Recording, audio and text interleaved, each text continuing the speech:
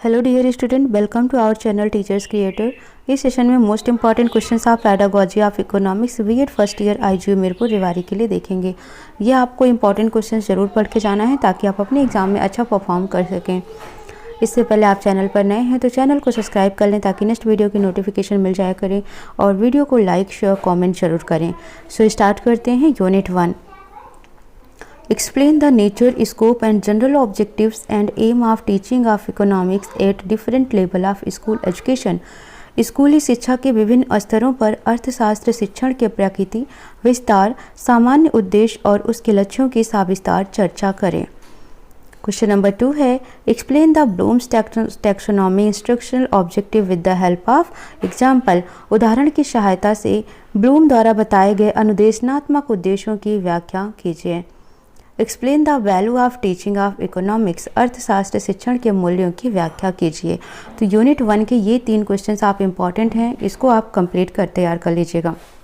यहाँ पर एक बात ध्यान देना, जैसे मैंने ये क्वेश्चंस दिया है तो इसमें आपसे पूछा जाता है what is the difference between objective and aim, what is the meaning of objective, what is the meaning of economics, what is the nature of economics, what is the scope of economics, importance of economics। तो यहाँ से भी आपके questions बन जाते हैं, तो आप इनको अच्छे से तैयार कर लीजिएगा। यूनिट 2 से क्वेश्चन नंबर 4 देखते हैं।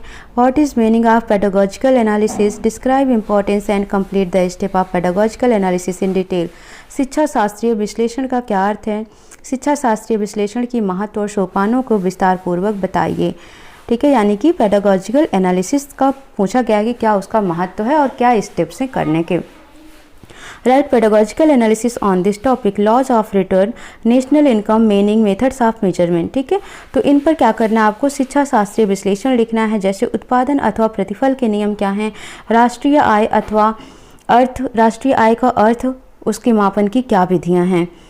नेक्स्ट क्वेश्चन है what do you mean by learning process, learning resources, discuss the importance and organisation of economics club.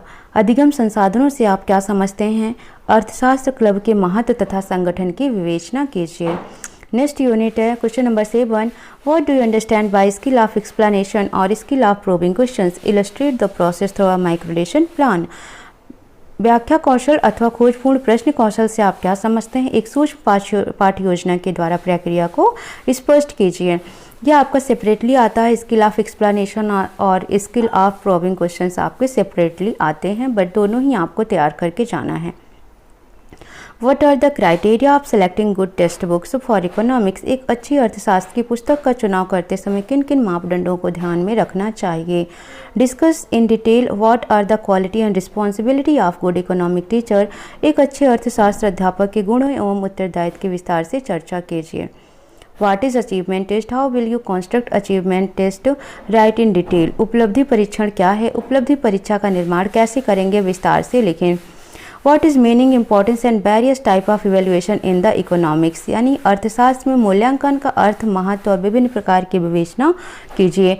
Write short notes on the following: comprehensive and continuous evaluation, open book examination, grading, meaning and importance. निम्नलिखित पर संक्षिप्त टिप्पणी लिखनी है।